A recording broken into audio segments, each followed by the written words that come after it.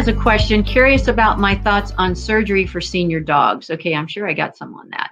My dog had a lump that was non-diagnostic. Uh, okay, so histopathology recommended for risk. Hey, Isaac, can you bring this up of mammary? Yeah, okay, so they were suspecting mammary gland location, so maybe some kind of an adenocarcinoma, not growing, but should it be removed?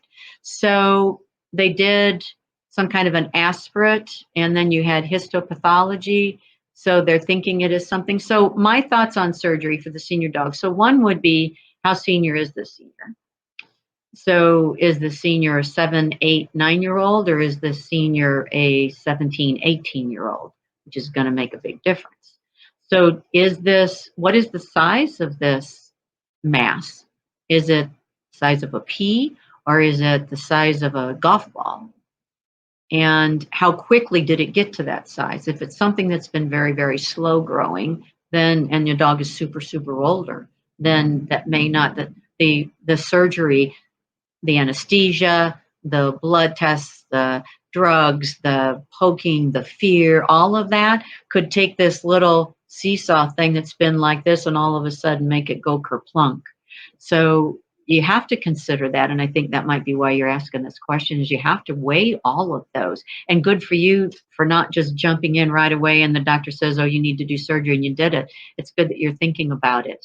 Also, I've seen, especially in the mammary, because mammary is glandular and it's lumpy itself and it can form cysts and other things. And so maybe it's just some kind of tissue that isn't necessarily cancerous. And if it's been slow growing, it could be there a long time and not ever evolve into anything.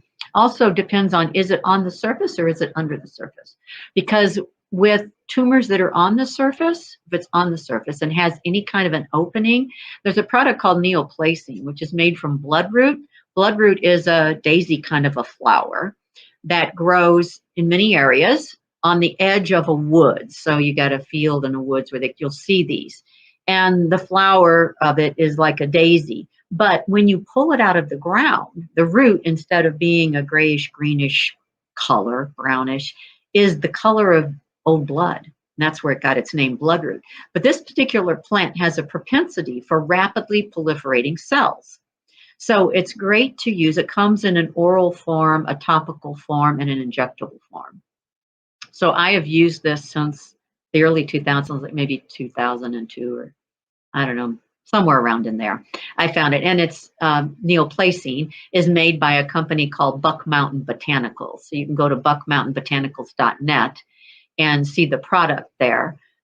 He used to have a lot of different pictures showing stages of how it's used, but I think he's taken those down just because the government was trying to interfere with his ability to say what it really does, which, you know, it's like drugs can only say they kill things and remove things. And so, but this I've used in the oral form, I've used the injectable form. So if it does have an opening on the surface, you can certainly use that topical, and within a couple weeks, and then it'll go in there, destroys it, thing falls off, then he has a wound balm and it heals, voila, you're all done. I've also sometimes, in those that weren't open, use the injectable into the middle and you get it started dissolving, and then it'll, like a volcano, it starts to erupt, and then you can go to using the topical. So, you know, it can be a little messy because it's going to be an open wound for a bit of time, but gee whiz, especially for small things. I've used it for oral cancers, just all kinds of places.